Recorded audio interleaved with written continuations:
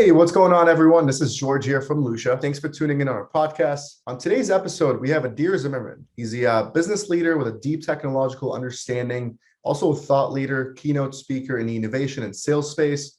He's also the founder of Rainmakers IL. They're an initiative that promotes the sales realm amongst Israeli sales professionals and entrepreneurs. Adir, give us a quick introduction and welcome to the podcast. Hey, George. Thank you for hosting me here. Absolutely. Yeah, it's a big pleasure. So about me a little bit. Absolutely. I'd love to hear about you. Sure. So as you said, these days I'm helping startup with the Rainmakers initiatives that I guess we will speak about a little bit later. Previously, I've been a VP of sales at a company called Litico. Beforehand, a company called Market Beyond. And beforehand, I was a CEO and co-founder of Screamo, a company that I've established with two other partners. From an idea, we took it to a global company, established offices all around the world, from Shanghai, Tokyo to Berlin, Central America to serve all the Americas, worked with the biggest customers out there, including Fortune 1, Walmart, Coca-Cola, Deutsche Telekom, Procter & Gamble, so you name it. Beforehand, I was actually learning computer science and economy in Tel Aviv University, even served as a CTO for a short period of time of my life. And beforehand, I sold B2G, business to government. I sold unmanned vehicles, airplanes, hovers, ships, you name it, in EMEA, closing 8 figures deals. So this is kind of running quickly over my resume.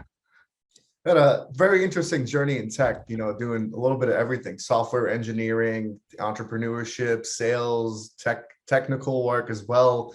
I mean, can you tell me a little bit about that path in your career and like where it's led you to where you are today? Yeah, sure. So, when you are in Israel, you look at startup as your kind of your main path of growth. So I think that when I started in the business to government area, it was kind of outside of the high-tech zone, and I decided to dive in. So this is why I went to Tel Aviv University and learned computer science to kind of get the idea behind the tech, and then became a CTO. But then when I established my own company, it kind of took me back to the business side. And this is like when I figure out that sales is my passion in life. I really like this. And growing a company as a CEO, then having a CRO that reporting to me and VPs that report to me all around the world, it's kind of helped me to start and understand that there is a gap here that we need to mitigate between entrepreneurs, or the one that leads the company, and the one that execute the business side. Then I began to work as a mentor in different initiatives here in Israel, helping the startups to figure out the world of sales. And wandering around the world in different startup communities, I started to see that this is actually something that is very common. That on one hand, you have startups and entrepreneurs, and on the other hand, you had sales community. And when I came to New York, I found out about this initiative called Enterprise Sales Forum that connects between the sales community, the financial sales community, and the startups of New York that doesn't know how to sell, and the sales have the expertise, and the entrepreneurs building their own companies, and it connected both of them into a strong community. And as you know, in Israel, we are all about community here. We help each other, and this is how we grow. And I thought, what can create an impact that will kind of take Israel from being startup nations, right? We have nice startups. We're like Silicon Valley style. We are more, if you build it, they will come approach, and take it to the stage of scale up nation, right? Like more show me the money approach. And in order to do that, I figure out, okay, we need to do two things. We need to educate the ones that lead the companies, the one that sits in the different boards, like entrepreneurs and investors, about sales. And on the other hand, we need to create a bigger community of sales here and to expose our sales leaders. And we have quite a few good leaders here in Israel to this community and kind of take it to the next level. And this is how I came about creating the Rainmakers initiatives, by being inspired from what I saw in New York and by seeing this gap between both. And we started to do meetups and workshops and roundtables. And today I have one of the most listened podcasts in Israel about sales. And I'm sorry, it's completely in Hebrew. We are breaking our teeth trying to translate the terms from the sales world into Hebrew to make it accessible and to transition more people from whatever they do today, if it's in high tech, they do technology side, or outside of high tech, to come and do high tech sales, because we need those resources here in Israel, because it will help us to grow. So this is kind of how I came about to create Rainmakers. And today I also established my own kind of consulting firm that helping those startups to establish their revenue organization while they are in their early stage. That's very interesting. And thank you for sharing that. I think, with your deep understanding with tech, sales, leadership, investment, advising, was there any common gaps that usually stuck out that were common amongst a lot of startups and growing companies? Yeah, definitely. I think that, the most common one is the gap between selling to investors and selling to customers. So any company, when you establish the company, you need to raise money. In order to raise money, you need to sell a big vision. So the meaning of that the entrepreneurs, they are going out and building pipelines of investors in the same way that we in sales build pipeline of customers. And they build the deck, they build their power statement, and they go out. And they do that for quite a while, sometimes a couple of months, sometimes a couple of years. And this kind of make like a shift in the way that they think, because they sell the future. They sell the future all day long, right? And then suddenly they get the money and they need to start to build it from scratch, right? They promise that they will hit this kind of the curve of revenue, and they spoke about this point all the time. They didn't thought about the curve. It was just a picture. And then they bring the sales leader and tell them, hey, can you draw a curve for us in the next 5 years? Here, we already know where we want to go. But the product is not in this point. The market is not in this point. And certainly our pipeline or team is not in this point.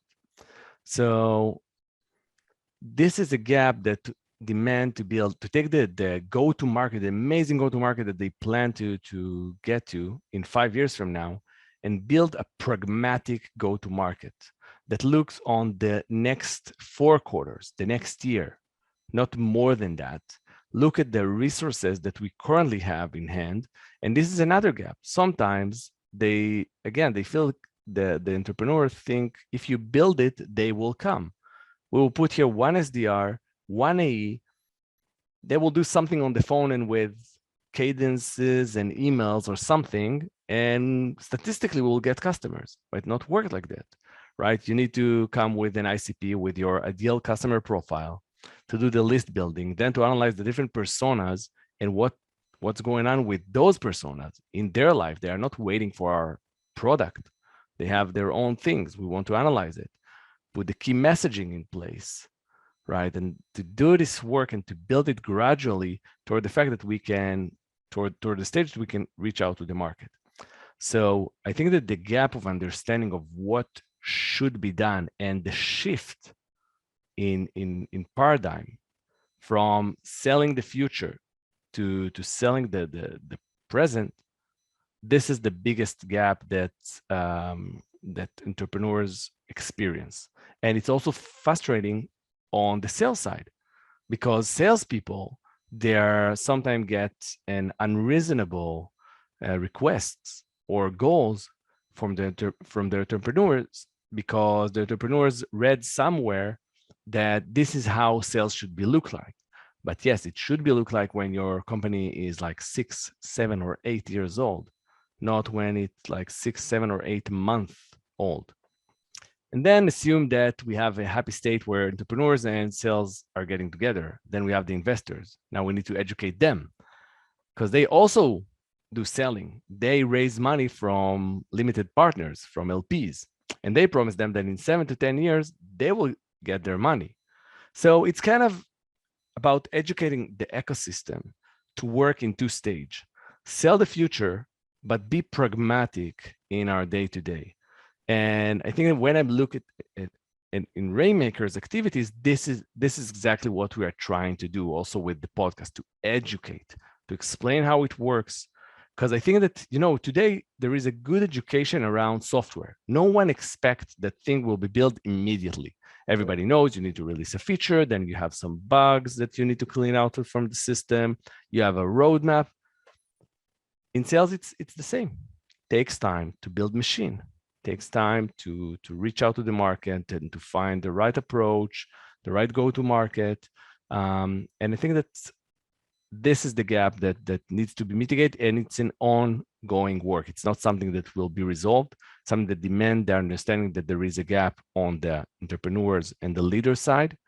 And also it demands the understanding on the sales side, employees. If you go to work in a startup, expect this gap. This is your day-to-day. Don't be frustrated about it. This is how it works. It's part of the growth challenges.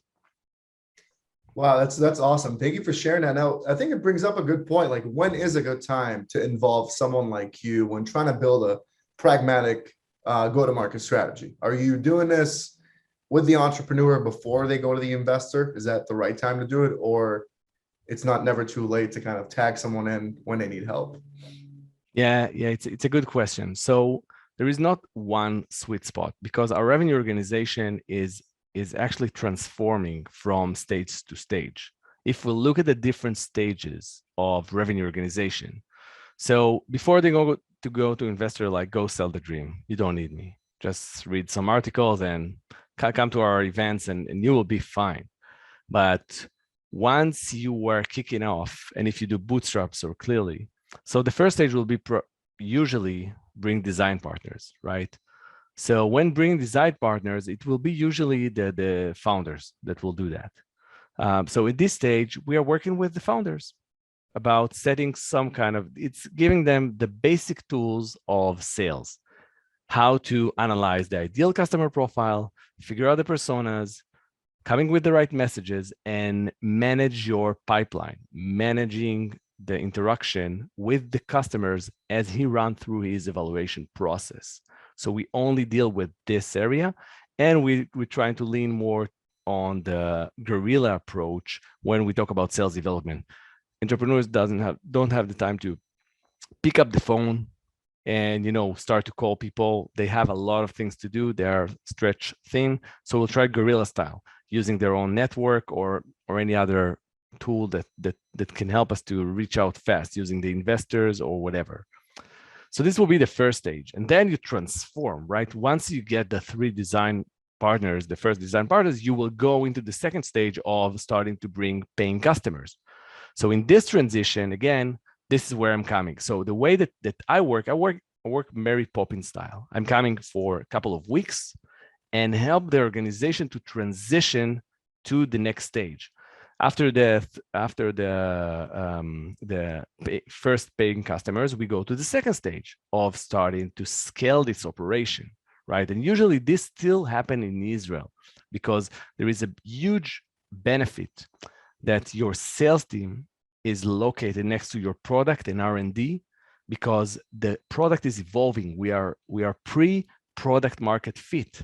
So sales development team, specifically, by the way, have another important role of bringing feedback from the market, because we still work mainly, our work is mainly based on assumptions. Right. And we send those sales development representative with those assumptions.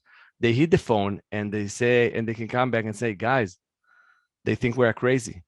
We are not selling the right thing to the right people, or not the right people, not the right thing. This is an important feedback that need to go directly to the product and the R&D, so they can also shift and try to adapt.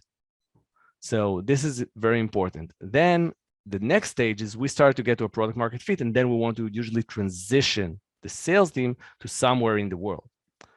Usually it will be US in Israel, because we act as a US first, but it can be to any other country. And in this stage, we need the organization to go more American style. We want to work with solid methodologies, playbook, tech stack, that they can feel that they know how to sell this product and have all the needed tools to do that. So per your question, when I'm going in, when the organization is shifting to the next stage, Mary Poppins style, come make sure that the house is clean, tidy, and ready for the next stage. And this is something, again, that there is a gap around, because if you look today, if you're a big company, so you will have organizations such as force management that can come and actually transform your whole sales organization and provide you with a certification that you're selling in the right way for scale, for growth. But at the early stage, we don't have anyone providing this. And mostly the organization, they don't have the resources in order to hire now some leader that can help them to do that. So you need to kind of use whatever that you have. You don't have the money to now have someone that has experience for a long period of time.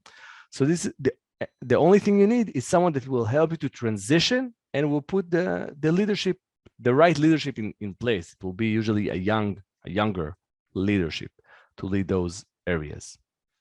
That's very interesting. And I think that's why Rainmakers IL will be very impactful, right? Like if you're a bootstrapped younger company that doesn't want to spend a lot of money hiring the senior level experienced people, you can join a network and learn from others around you that are going through similar growing pains, because these are growing pains for the most part.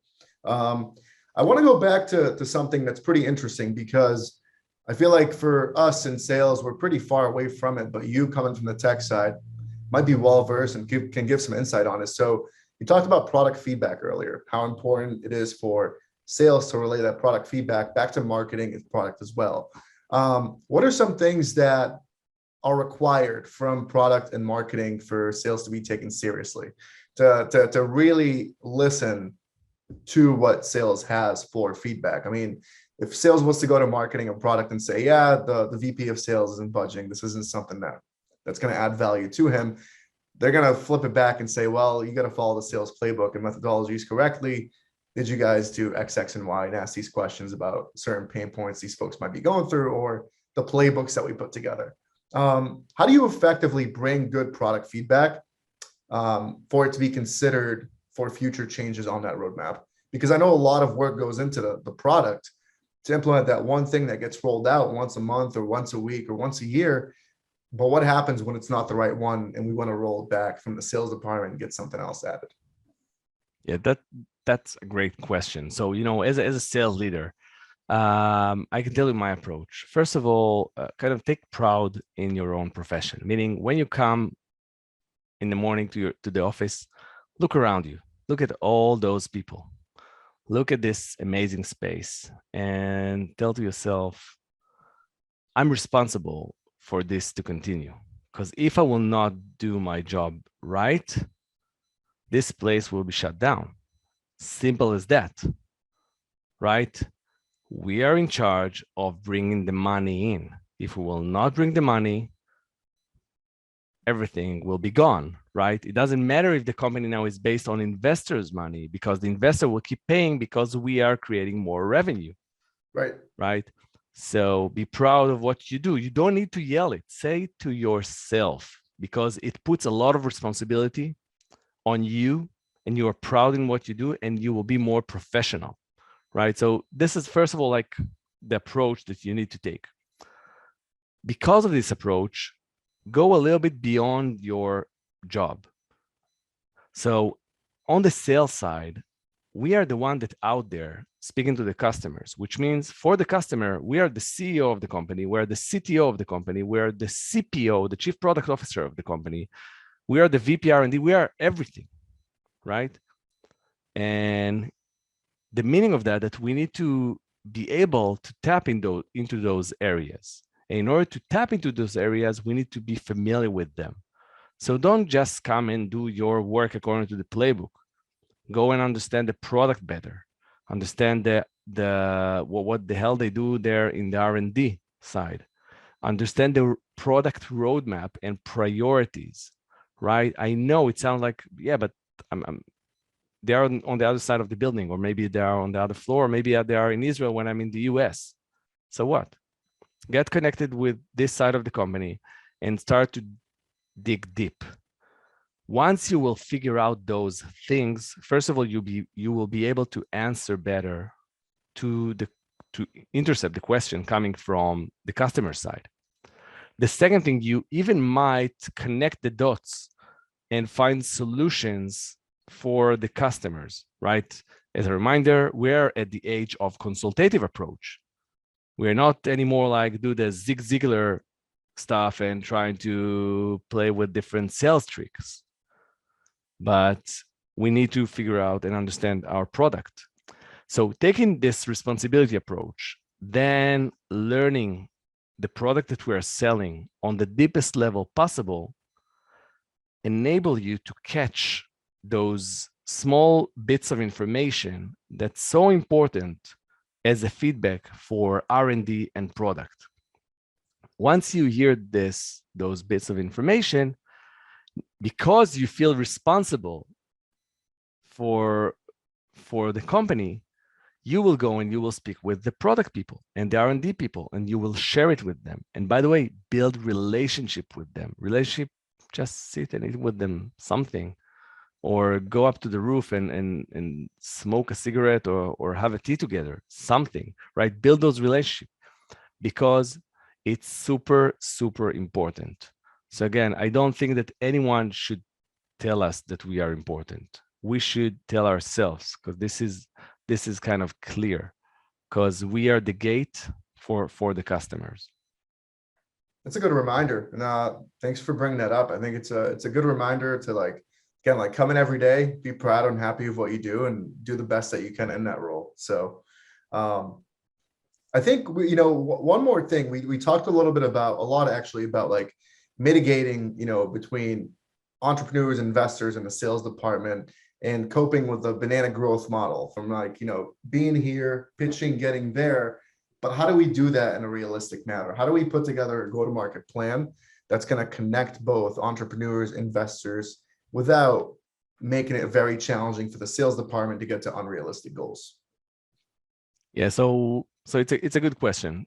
So I think that first of all is to understand that we are speaking about short-term and not long-term, because usually the first thing that the sales leader will get is like this kind of long-term go-to-market strategy, and then say, guys, no, what are short-term goals? What do you want to achieve this year? And in startups, it's usually will go into two ways: users or revenue. Which means user, it doesn't mean that we need to give things for free, but definitely go aggressive with promotions.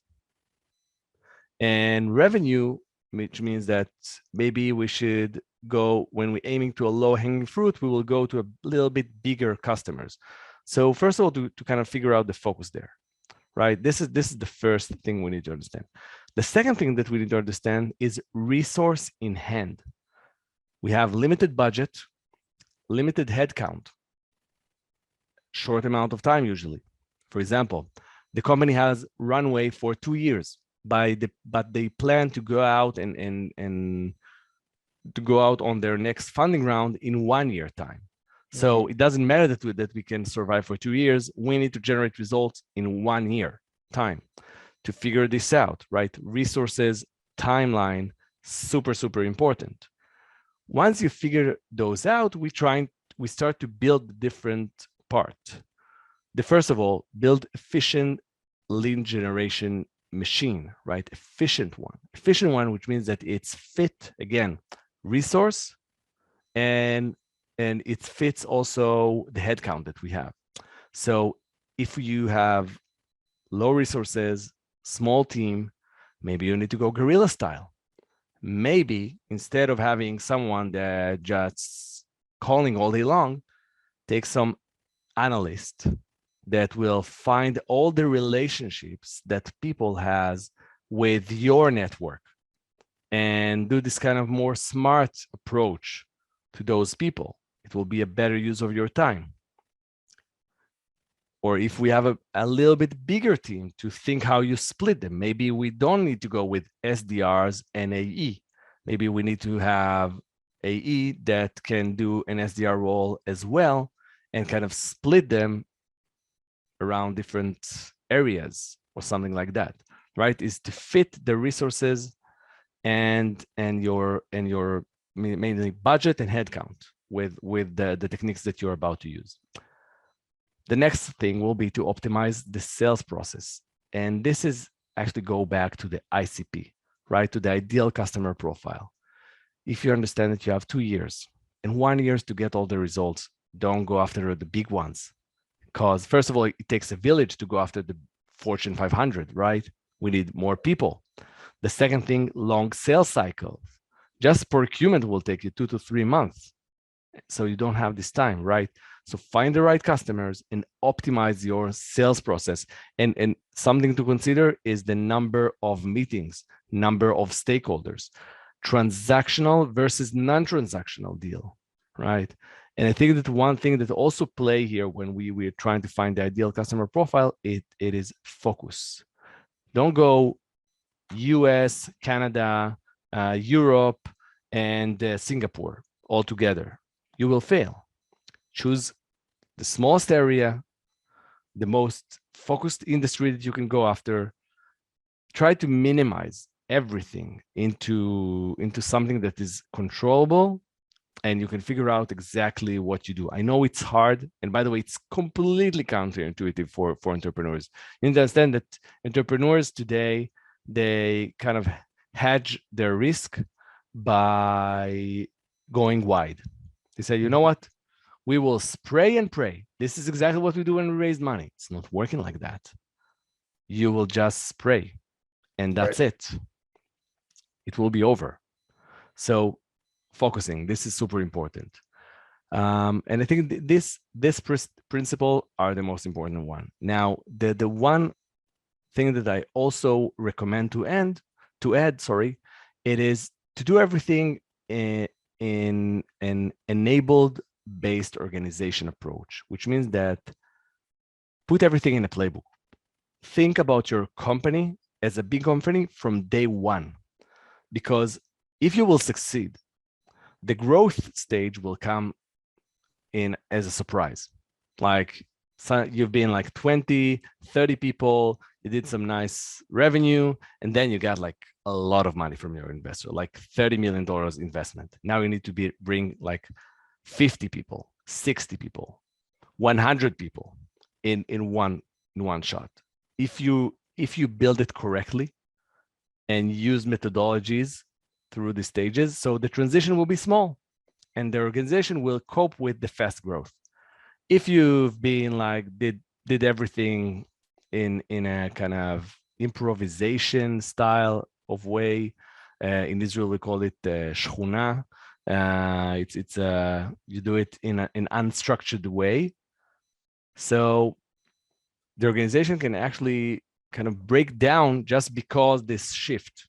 So stick with playbooks from day one and just keep on changing them. Wow, love that. And it sounds very simple. It sounds very simple, and like just keeping it organized from day one, right? Keeping your expectation realistic based on facts and what's available for you in front of you. But also, having short-term goals as well as long-term goals, building an efficient system, optimizing it as you go, and building playbooks for everything. So always everyone's on the same page as you grow and they're following the same processes, methodologies as well. Yeah, this has been a great podcast, Adir. I think we've covered a lot, and I think it would be great for everyone too to tune into your podcast and get some thought leadership from you as well, because this is very impactful, especially for small and medium-sized companies looking to scale and grow and reach growth goals. Love to cap off the conversation with some tips and best practices to people looking to get into tech. I mean, what are some things that you've learned after your experience that you kind of recommend for people that are looking to get their foot into tech, whether it's engineering, being technical counterpart, or being an entrepreneur, owner, or salesperson in general? Yeah. So first of all, this is one of the goals of Rainmakers Ale, right? Kind of to convert people from the other side to sales. And I think that if I will speak to the technical people out there, product people, engineers, etc., they need to figure out that they have a second career here. And I know that there is kind of misconceptions that engineers like make a lot of money, even more than anyone else. So here is a newsflash. First of all, engineering career ends up at the age of around 35, 40 the most. Your sales career can start at this age, and you can do way more money in sales than you do as an engineer. So I'm not telling you don't go to this direction, but if you do engineering or product and you're good with people, amazing. At the age of 35, start to transition, go to the sales side, because in the sales side, we need people that can act as the CPO, the CTO, the CEO, you name it. And this background will play to your benefit. For the one who crossing the line, go a little bit back, start as in sales development. Although maybe you've been like a big shot on the other side, go down a few floors, build yourself bottom up. You will build it faster than the usual path, but there is such an important tools that you gain when you do sales development. And build yourself gradually toward being an account executive or account manager if you're more of a farmer style or a hunter style. By the way, this is another thing that you need to figure out about yourself. What is your style? Hunter, farmer, or maybe you should go toward the business development. You kind of like schmoozing person, and this is our seeing how an organization is structured, and you better with pulling those strings. So this is where I will look at. For the one who started in sales, you're lucky. You have a great career and you're going to make a lot of money. So it's fun. Yeah. So this is my take about it. Yeah, it's been a pleasure, Adir, and this has been super helpful. For our listeners, thank you so much for tuning in, and looking forward for you guys joining our next one. Thanks.